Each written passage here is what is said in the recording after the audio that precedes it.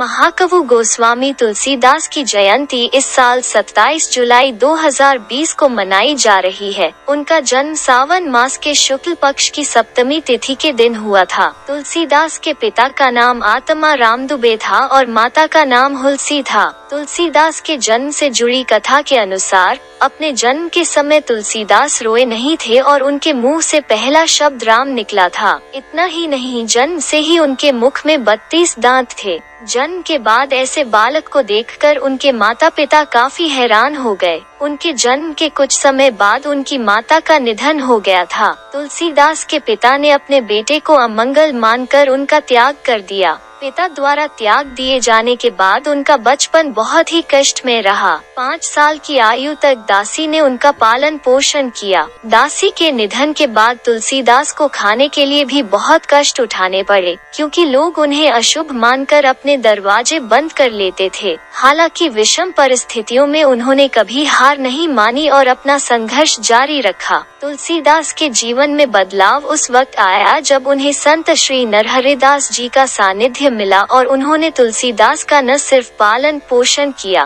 बल्कि उनका नाम रामबोला रखा। उन्होंने उनकी शिक्षा दीक्षा अयोध्या में करवाई। कहा जाता है कि तुलसीदास बचपन से ही बहुत बुद्धिमान थे और हर पाठ को आसानी से याद कर लेते थे। नरहरिदास जी ने तुलसीदास का जीवन में आगे बढ़ने के लिए मार्गदर्शन किया। तुलसीदास ने राम कथा को आदर्श जीवन का मार्गदर्शन करने वाला माध्यम बना दिया। उन्होंने राम कथा में राम भक्ति के बारे में लिखा और सुखद समाज की कल्पना कर लोगों को आदर्श जीवन जीने का रास्ता भी दिखाया। तुलसीदास अपनी पत्नी रत्नावली से बहुत प्यार करते थे। कहा जाता है कि एक बार जब उनकी पत्नी अपने मायके गई तो रात में मूसलाधार बारिश में तुलसीदास अपनी पत्नी से मिलने जा पहुँचे। अपने पति के इस कृत्य से तुलसीदास की पत्नी बहुत शर्मिंदा हुई।